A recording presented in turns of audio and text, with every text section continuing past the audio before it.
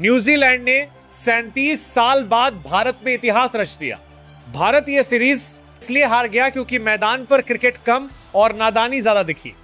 गौतम गंभीर की कोचिंग में टीम इंडिया की सोच सवालों के घेरे में, खराब फील्डिंग, गलत रणनीति और फैसलों में साफ भ्रम नजर आया। खिलाड़ी ऐसे लग रहे थे जैसे जीतने नहीं, सिर्फ मैच खेलने आए हो।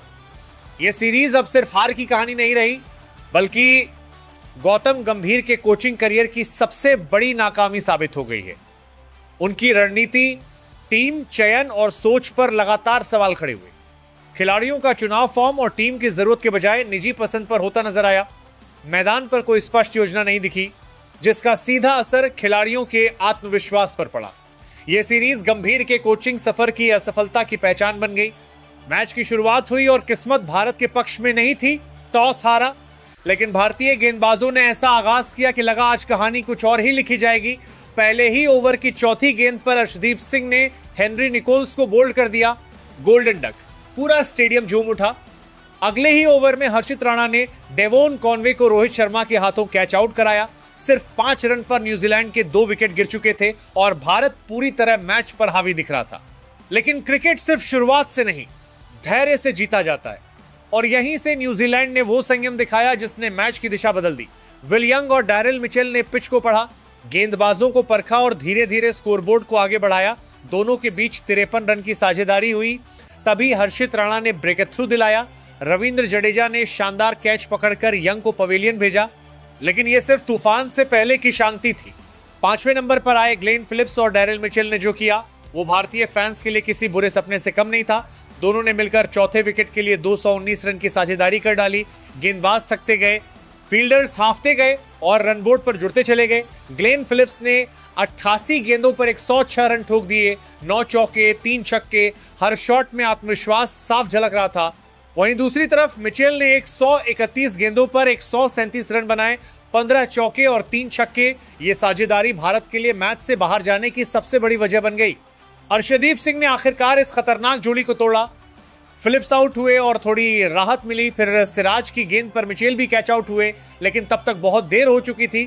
न्यूजीलैंड ने विशाल स्कोर खड़ा कर दिया और भारत के सामने 338 रनों का पहाड़ खड़ा था।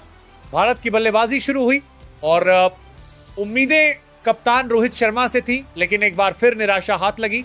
चौथे ओवर में 11 रन बनाकर रोहित आउट हो गए। स्टेडियम में सन्नाटा पसर गया। शुभमन गिल आए, लेकिन काइल जेमिसन की सटीक गेंद ने उनके स्टंप उखाड़ दिए। गिल ने 23 रन बनाए, लेकिन वो पारी मैच का रुख नहीं बदल सकी। इसके बाद जो हुआ वो भारत के लिए लगातार झटकों की कहानी थी। श्रेयस अय्यर फ्लॉप, केएल राहुल सिर्फ 1 रन बनाकर आउट। लगातार विकेट गिरते रहे और लगने लगा कि मैच अब हाथ से निकल चुका है। तभी क्रीज पे आए विराट कोहली और नीतीश कुमार रेड्डी। दोनों ने मैच को संभालने की कोशिश की, रन रेट काबू में रखा और 88 रन की साझेदारी की। नीतीश रेड्डी ने अर्धशतक लगाया, आक्रामक अंदाज दिखाया, लेकिन जैसे ही उन्होंने गियर बदला कैच आउट हो गए। 53 रन की पारी जरूर अच्छी थी, लेकिन विराट को अब अकेले लड़ना था। रविंद्र जडेजा फिर फेल हुए। तीसरे मैच में भी बल्ला खामोश रहा, 12 रन बनाकर आउट। उम्मीदें अब सिर्फ एक नाम पर टिक चुकी थीं, विराट कोहली। हर्षित राणा आए और उन्होंने वो कर दिखाया जिसकी किसी को उम्मीद नहीं थी। अपने इंटरनेशनल करियर का पहला अर्धशतक, 52 रन दबाव में खेली गई साहसी पारी, लेकिन दूसरे छोर से सपोर्ट खत्म होता चला गया। सिराज गोल्डन डक पर आउट हुए और फिर वो पल आया जिसने करोड़ों भारतीयों का दिल तोड़ दिया। विराट कोहली बड़ा शॉट लगाने गए और कैच आउट हो गए। 108 गेंदों पर 124 रन, एक क्लासिक विराट कोहली पारी, लेकिन यह शतक भी भारत को जीत नहीं दिला सका। कुलदीप यादव रन आउट हुए और भारतीय टीम 296 रन पर सिमट गई। स्कोरबोर्ड साफ बता रहा था। न्यूजीलैंड ने 37 साल बाद भारत में वनडे सीरीज जीत ली है और इंदौर में भारत की पहली वनडे हार दर्ज हो चुकी है। यह सिर्फ एक मैच नहीं था, ये चेतावनी थी, ये याद दिलाने वाला पल था कि क्रिकेट में नाम नहीं, हालात खेलते हैं। विराट कोहली आज भी भारत की सबसे बड़ी ताकत है, लेकिन टीम क्रिकेट में खिलाड़ी काफी नहीं होता। न्यूजीलैंड ने धैर्य, प्लानिंग और मौके का सही इस्तेमाल किया और इतिहास रच दिया। इंदौर की रात गवाह बनी उस पल की जब रिकॉर्ड टूटे, उम्मीदें बिखरी और एक नई बहस ने जन्म लिया। क्या भारत सिर्फ स्टार पावर पर निर्भर है? क्या मिडिल ऑर्डर चिंता का विषय बन चुका है? और क्या आने वाले टूर्नामेंट्स में ये हार सबक बनेगी या सिर्फ एक और आंकड़ा बनकर रह जाएगी?